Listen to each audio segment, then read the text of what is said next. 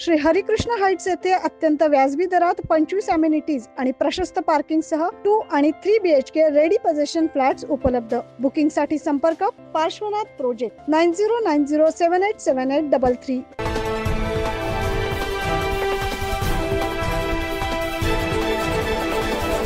पत्नीला खासगी रुग्णालयात कामावर सोडून शनिवारी रात्री 9 वाजेच्या सुमारास पाथर्डी फाट्यामार्गे आनंदनगरकडे जाणाऱ्या दुचाकीस्वाराला एका अवजड ट्रकने चिरडल्याची घटना घडली आहे। यात दुचाकीस्वाराचा जागीच मृत्यू झालाय। अनिल आहिरे असं मृत तरुणाचं नाव आहे।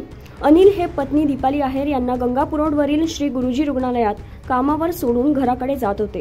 पाथर्डी फाटा येथील पुतळ्याजवळून मार्गस्थ होत असताना अवजड सिमेंट मिक्सर ट्रकने त्यांच्या दुचाकीला धडक दिल्याचं बोललं जात आहे।